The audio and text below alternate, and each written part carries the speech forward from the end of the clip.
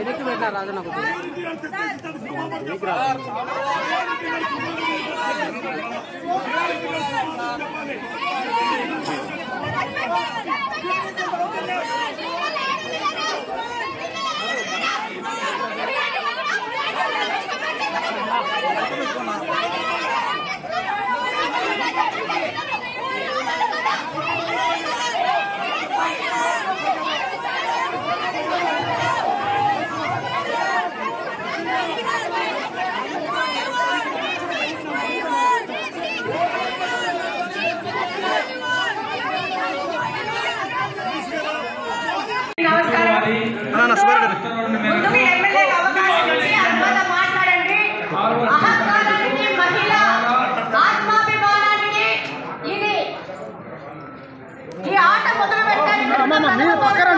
సైడ్కి రావాలమ్మా మీరు మేడం వెనక్కి సలహా ఎవరు ఇచ్చారో మనకు తెలియదు కానీ కడప నియోజకవర్గంలోని మహిళలను అవమానిస్తే వాళ్ళ నాయకుడు సంతోషిస్తాడనో లేకపోతే ఇలా చేయకపోతే నా కుర్చీ ఎవరన్నా పీకేస్తాడనో లేకపోతే ఈ యొక్క సభలో ఉన్న కార్పొరేటర్లు ఈయన కుర్చీ పీకేస్తారనో మరి ఏమి భయం పట్టుకుందో కానీ ఈ కుర్చీల ఆట మొదలు పెట్టారు. ఈ సందర్భంగా నేను తెలియజేస్తున్నాను, గత 8 సంవత్సరాల నుంచి ఇదే వ్యక్తి ఇదే పెద్ద మనిషి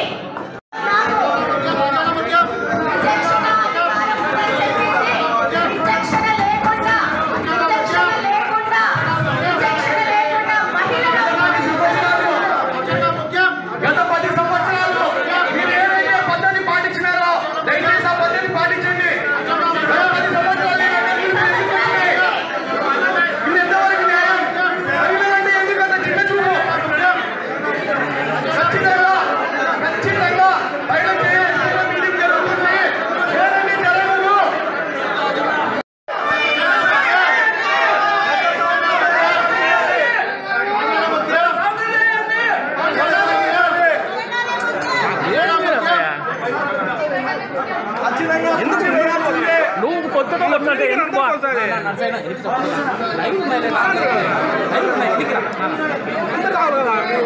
ముందు తప్పుకోను అంటే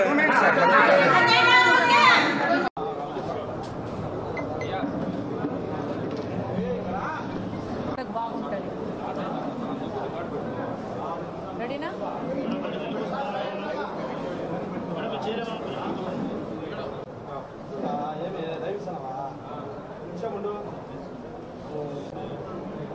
ఈరోజు కడప మున్సిపల్ కార్పొరేషన్లో చరిత్రలో మిగిలిపోతుంది. ఇదొక దుర్దినం. ఈరోజు అబ్సల్యూట్ మెజారిటీ ఉన్న వైఎస్ఆర్సీపీకి సంబంధించిన మేయర్ గారు ఏ విధమైన చర్చ లేకుండా, అజెండాలో ఏ విధమైన పాయింట్స్ చదవకుండా, కార్పొరేటర్లకు ఏ విధమైన అవకాశం ఇవ్వకుండా, వాళ్ళ యొక్క అభిప్రాయాలను చర్చించకుండా మేమన్నీ చదివేసినాము, ఎజెండా అయిపోయింది అని చెప్పేసి 2 మాటల్లో ముగిచ్చేసి పారిపోయినాడు.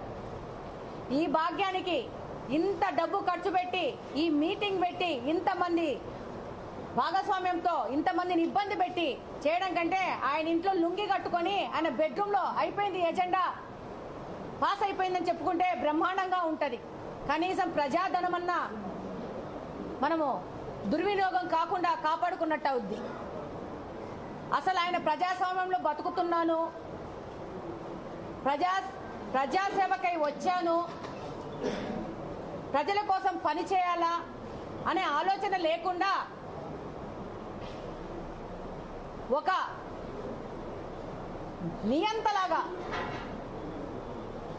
నేను 8 సంవత్సరాలు రైట్ ఒకరిని లెఫ్ట్ ఒకరిని కూర్చోబెట్టుకొని కమలాపురం ఎమ్మెల్యేని కడప ఎమ్మెల్యేని కూర్చోబెట్టుకొని సభలు నడిపి ఈరోజు ఒక మహిళ కడప నియోజకవర్గంలో గెలిస్తే అది తట్టుకోలేక ఓర్చలేక మహిళలంటే మర్యాద గౌరవం లేక ఆ మహిళని ఎలా అవమానపరచాలా, ఇబ్బంది పెట్టాలా అనే ఆలోచన తప్పితే నిద్ర లేఖనాల నుంచి ప్రజల సమస్యలు ఏంటి, ప్రజలకు మనం ఒక అధికారంలోకి ఇచ్చినారు, వాళ్ళకేం మనం సమాజ సేవ చేస్తున్నాం అనే ఆలోచనే లేదు. అవినీతి చేయడము, ఆయన కుటుంబ సభ్యులకి కార్పొరేషన్ సంబంధించిన వర్కులు కానీ ఆదాయ వనరులు కానీ కల్పించి ఈరోజు ఒక అవినీతి సామ్రాజ్యాన్ని ఏలుతున్నాడు గత 8 సంవత్సరాల నుంచి. ఈ 8 సంవత్సరాల నుంచి ఎవరు ప్రశ్నించలేదని కడప మున్సిపల్ కార్పొరేషన్ ని తను అక్రమ మార్గంలో రాసి పెట్టుకున్నాను, రిజిస్ట్రేషన్ చేయించేసుకున్నాను, నా ఇష్టం వచ్చినట్టు ఈ కార్పొరేషన్ చేయొచ్చనే విధానంగా ఆయన వెళ్తున్నాడు. కనీసం ఈయన ఇంత బుద్ధి లేకుండా ప్రవర్తిస్తా ఉంటే ఇలా పార్టీకి సంబంధించిన పెద్దలు మహిళలను గౌరవించాలా, నువ్వు ఏం బుద్ధి లేకుండా ఇట్లాంటి పనులు చేస్తానని అని గడ్డి తినిపించి బుద్ధి చెప్పాల్సిన పరిస్థితిలో వాళ్ళ పార్టీ కూడా ఏ విధమైన ఆయన మీద చర్యలు తీసుకోకుండా అచ్చోసిన ఆంబోతును వదిలినట్టు వదిలింది.